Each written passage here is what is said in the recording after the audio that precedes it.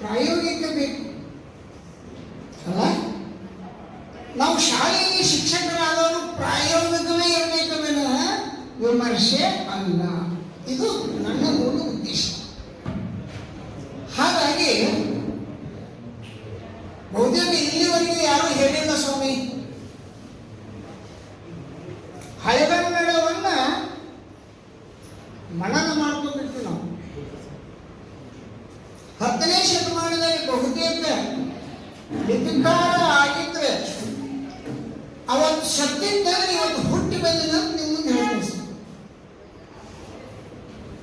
ನಾನು ರನ್ನನನ್ನ ಅರಗಿಸಿಕೊಂಡ ಮನುಷ್ಯ.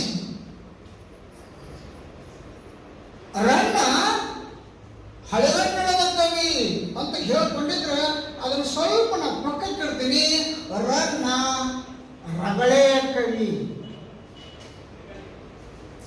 ಎಲ್ಲಿ ಅದು ನಿಮ್ಗೆ ಸಿಕ್ಕಿದೆ ಆ ರಗಳೆ?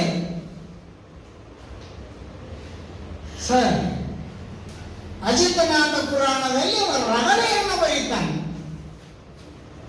ಓದಬೇಕು ಒಂದ್ಸಲ ರಗಳೆ ಅಜಿತನಾಥ ಪುರಾಣವನ್ನು.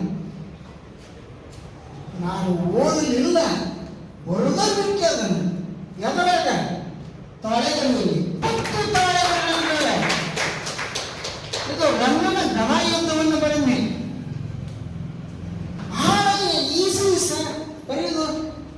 ಇದು ನೋಡಿದ್ರಿ ಎಷ್ಟು ವರ್ಷ ಇದು ಬರ್ತಾನ ಪುಣ್ಯ, ಎಷ್ಟು ಸಣ್ಣ ಬರ್ತಾನ ನೋಡ್ರಲ್ಲ. ಅಯ್ಯೋ ಹೇಳ್ತಾ ಇದ್ದೇವೆ.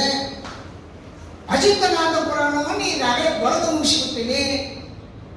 ಹಳೆಗನ್ನಡವಾದಂಥ ನಮ್ಮ ರನ್ನನ ಗದಾಯುದ್ಧವನ್ನು ನಾ ಬರೆದು ಮುಗಿಸಿನಿ. ಅವು 5 ಪಟ್ಟಗಳಾಗಲಿ ದಾನ ಮಾಡ್ತೀವಿ. ಅವತ್ತು ಅತ್ತಿ ಬಗ್ಗೆ ಮಾಡಲಿಲ್ಲ ಗೊತ್ತಿಲ್ಲ. ಈ ಕಾಲದಲ್ಲಿ ಮಾತ್ರ ಅತ್ತಿ ಬಗ್ಗೆ ಸ್ಥಾನದಾಗ ನಾನು ಮಾಡಿಬಿಡ್ತೀನಿ. ಹಾಗಾದ್ರೆ ಈಗಾಗಲೇ ನೀವು ಸರ್ ಪ್ಲೀಸ್ ಪುನರುಕ್ತಿ ಆಗ್ತದೆ. ಮೇಲಿಂದ ಮೇಲೆ ಅದೇ ಬರ್ತಾ ಇದೆ, ಅದೇ ಪದ ಬರ್ತಾ ಇದೆ. ನಲ್ಲ ಏರು ಒಂದು ಕಡೆ ಬಂದಿದ್ದು ಮತ್ತೊಂದು ಕಡೆ ನಲ್ಲ ಏರು ಬರಲೇಬೇಕಾದ್ರು ಶಬ್ದದ ಒಳಗೆ ಹೋಗಲ್ ಬಂದಿದ್ರೆ ಅದು ಇನ್ನೊಂದು ಕಡೆ ಹೋಗಲು ಬರಲೇಬೇಕು. ಪುನರುಕ್ತಿ ಆಗ್ತದೆ. ಕಾವ್ಯ ರಚನೆ ಮಾಡುವಾಗಿನ ಅವನ ಸಂದರ್ಭವಿದೆ ಇಲ್ಲ, ಅವನ ಇಲ್ಲಿ ವಿಮರ್ಶೆ ಬೇಕಾಗಿಲ್ಲ. ನಾವು ಆ ಕಾವ್ಯದ ಒಳಗಡೆ ಹೋಗಬೇಕು, ಅರ್ಥವನ್ನು ಗ್ರಹಿಸಬೇಕು. ಮಕ್ಕಳಿಗೆ ಅದನ್ನು ಬಿಡಿಸಿ ಹೇಳಬೇಕು. ಇದನ್ನು ಕಲಿಸಿದ್ದು ಅಜಿತನಾಥ ಪುರಾಣ. ಸರ್ ನೋಡಿ ಹೇಗೆ ನಮ್ಮನ್ನು ದುಡಿಸ್ಕೊತೇವೆ. ನಾವು ಅದರಲ್ಲಿ ಒಳಗೆ ಸೇರಿದಾಗ ದುಡಿಸ್ಕೊತೇವೆ.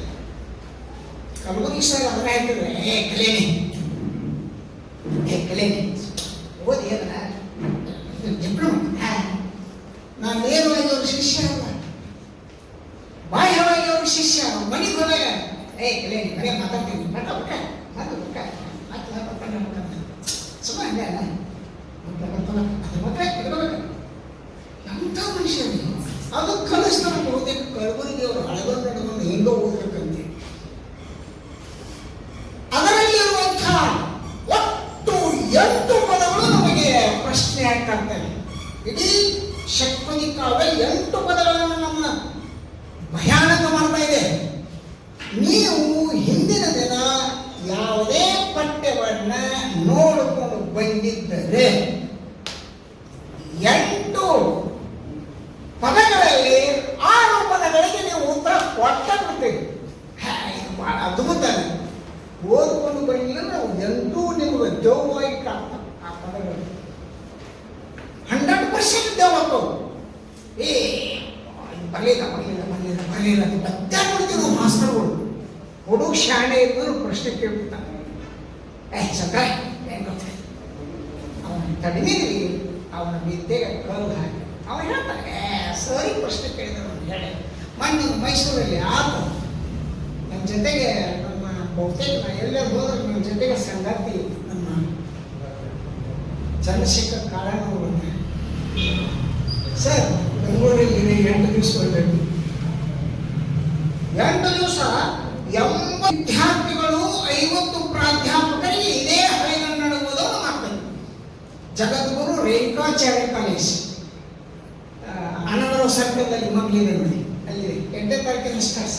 ಕಾರಣದಿಂದ ಆ ಷಟ್ಪದಿ ಕಾಲದಲ್ಲಿ 8 ಪದಗಳು ನಮಗೆ ಹಳೆಗನ್ನಡದಲ್ಲಿ ಬಂದಿದ್ದರೆ, ನೀವು ಓದಿ ತಯಾರಾಗಿದ್ದರೆ 6 ಪದಗಳು ನಿಮಗೆ ಉತ್ತರ ಕೊಡ್ತವೆ.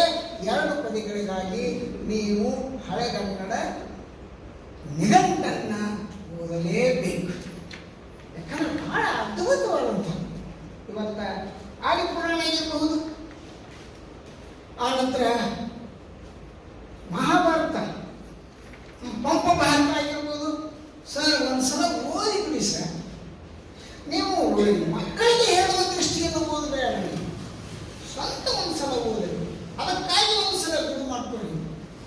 ಯಾ ಕಲ್ಯಾಣರು ಬೇಕಾಗಿಲ್ಲ, ಯಾ ಬಡಿಗೆಸರು ಬೇಕಾಗಿಲ್ಲ, ಯಾ ಯಾಕೊಳ್ಳಿಯವರು ಬೇಕಾಗಿಲ್ಲ. ನೀವೇ ಒಂದು ಸಂಪನ್ಮೂಲಕ್ಕೆ ಮುಂದಿನ ಪೀಳಿಗೆ ಬೇಕಲ್ಲ, ತಯಾರಾಗಬೇಕಲ್ಲ. ಸರ್ ನಮ್ಮ ನಿವೃತ್ತರು ಇವಾಗ ನಿವೃತ್ತರಾದರೂ ನಮ್ಗೆ ನಿವೃತ್ತಿ ಇಲ್ಲ.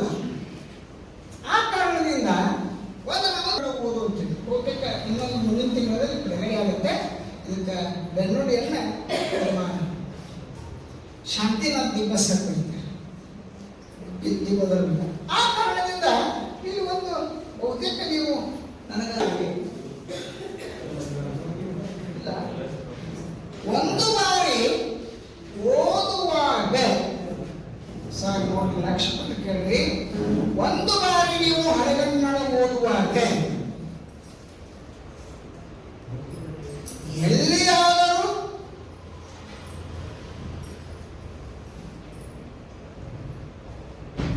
ವಿರಾಮಕ್ಕಾಗಿ ಅಲ್ಪ ವಿರಾಮ, ಅರ್ಧ ವಿರಾಮ, ಉದ್ಗಾರವಾಚಕ, ಪ್ರಶ್ನಾರ್ಥಕವನ್ನು ನೀವು ಎಲ್ಲಾರದೇ ಹೋದರೆ ಏನಾಗುತ್ತೆ ಬರ್ತಾ ಒಂದು ಮಾತು ಹೇಳ ಸರ್ ಹೋಗುತ್ತಾನ